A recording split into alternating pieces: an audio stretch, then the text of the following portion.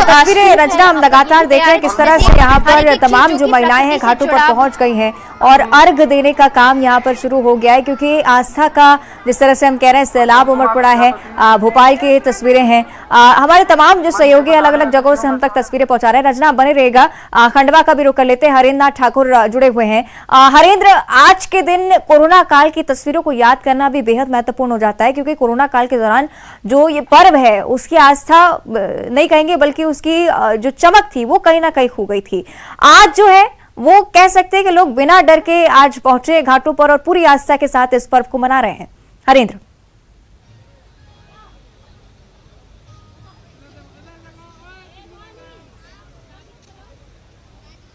चलिए नर्मदापुरम का हम रुख कर लेते हैं। इससे पहले शैलेंद्र हमारे साथ लगातार जुड़े हुए हैं। शैलेंद्र, जैसे जिस तरह से हम चर्चा कर रहे थे कोरोना काल की, कि वहां पर जब भी हमने जिक्र किया बीते 2 सालों में छठ पर्व का, तो कहीं ना कहीं बंदिशें थी, कई सारे लोगों को कई सारे डर भी सता रहे थे कि कहीं कोरोना ना आ जाए या कोरोना जैसी कोई भी बीमारी, जिसकी वजह से कहीं ना कहीं भय का माहौल शैलेंद्र लोगों के मन में था। लेकिन आज जो है आस्था का वो दृश्य देखने को मिल रहा है जिसमें भरपूर उत्साह के साथ लोग आज घाटों पर पहुंचे।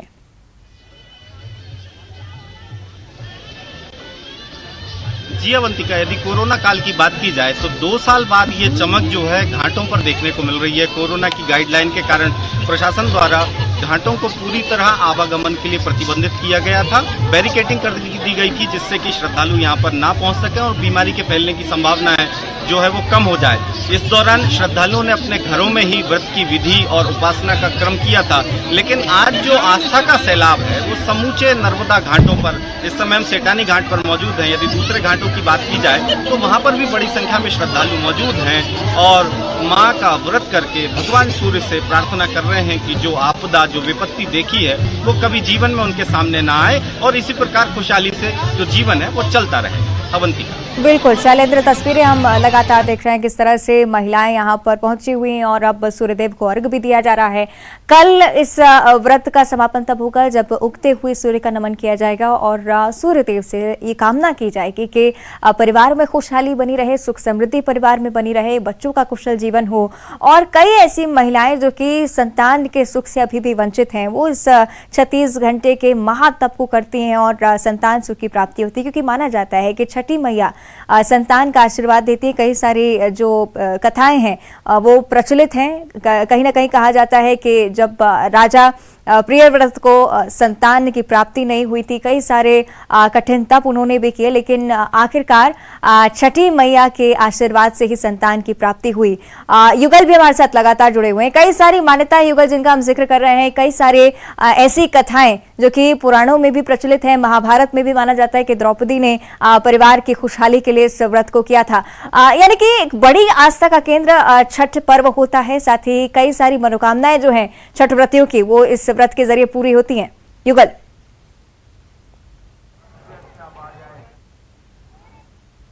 बिल्कुल आप सही कह रही हैं। जिस तरह से पुराणों में भी जिक्र है, चाहे सीता माता हो या फिर अभिमन्यु ने उसके दौरान भी तमाम ये मान्यता है कि जो पुराणों में भी इसका उल्लेख है कि तब भी जो है सूर्य की आराधना और इस तरह से छठी मैया की पूजा है वो की जाती रही है। और ये पूजा की विशालता इस बात का प्रतीक है कि धीरे धीरे जो लोग हैं ये बिल्कुल तस्वीरें दिखाते रहेगा, आप तस्वीरें तक पहुंचाते रहेगा युगल, क्योंकि अब अलग अलग जगह है इसलिए उत्सुकता भी है कि हर घाट पर किस तरह की तस्वीरें हैं।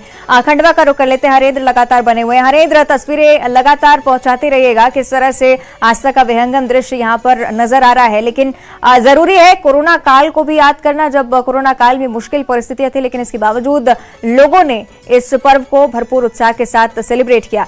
हरेंद्र,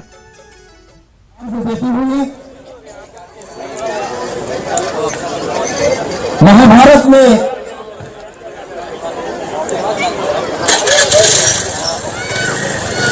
हरेंद्र, आप सुन पा रहे हैं मुझे?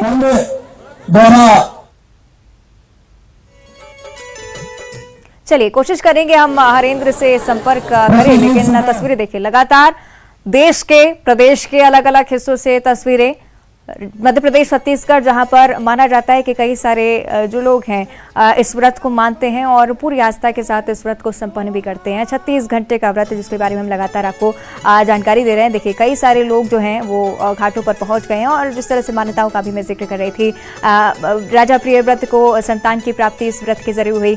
कहा जाता है कि भगवान राम ने भी सूर्य की उपासना की, क्योंकि एक ब्राह्मण के वध का जब उन्होंने किया, रावण का वध किया, उसके बाद उनसे कहा गया कि भगवान सूर्य की अगर आप उपासना करते हैं तो उसके वृद्ध के पाप से आप मुक्त हो जाएंगे। तो लगातार कई सारी मान्यता, रंजना जिसका हम जिक्र कर रहे हैं, रंजना भी हमारे सहयोगी भोपाल से लगातार जुड़ी हुई हैं।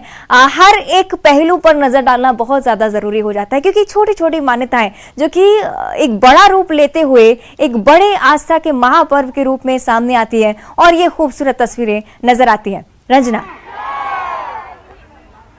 छठ मैया के इस महापर्व के पावन अवसर पर इस मंच पर मुझे लगता है स्पष्ट तौर पर नहीं सुन पा रही रंजना, लेकिन लगातार देखिए तस्वीरें।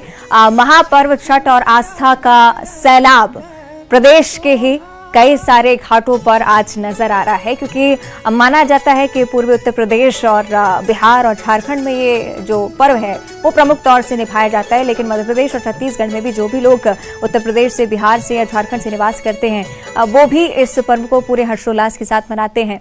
तो सहयोगी रंजना लगातार जिनसे हम संपर्क करने की कोशिश कर रहे हैं। रंजना, सभा में मेंबर ऑफ पार्लियामेंट भी रहे हैं। जयवंतिका, बिल्कुल अब जो आस्था और उल्लास की तस्वीरें हैं वो इस वक्त यहाँ पर नजर आ रही है और चारों तरफ जो सूर्य की उपासना है वो यहाँ पर नजर आ रही है, क्योंकि बड़ी संख्या में जो व्रती हैं वो पूरे परिवार की खुशहाली की कामना कर रहे हैं और इसी के साथ ही साथ जो प्रकृति का संरक्षण है उसका संकल्प भी ले रहे हैं, क्योंकि प्रकृति से जुड़ाव का ये पर्व है और छठी मैया के गीत हैं। ये सिर्फ गीत नहीं है, बल्कि जब 36 घंटे का ये निर्जला व्रत रखा जाता है तो उनकी प्रार्थना, उनकी आराधना की जाती है और बड़ी संख्या में जो पूरा परिवार है वो खुशी के साथ आज जो डूबते हुए सूर्य है उनको अर्घ दे रहा है। और इसके पीछे की वजह यही है कि भगवान सूर्य न सिर्फ परिवार को खुशहाल रखते हैं बल्कि स्वस्थ और निरोगी काया भी देते हैं, और इसीलिए जो आज डूबते हुए सूर्य को अर्घ दिया जाता है इसके पीछे की वजह यही है कि आंखों की रोशनी बढ़ती है और खास करके जो ओजोन का प्रभाव, इसीलिए भगवान सूर्य की जो उपासना है वो भी की जाती है। और आज के दिन अगर कहा जाए तो 36 घंटे का जो निर्जला व्रत है वो महिलाओं ने रखा हुआ है और बहुत ज्यादा कठिन व्रत ये होता है, लेकिन एक तरह की जो शक्ति होती है वो माँ छठी मैया इसमें घाट।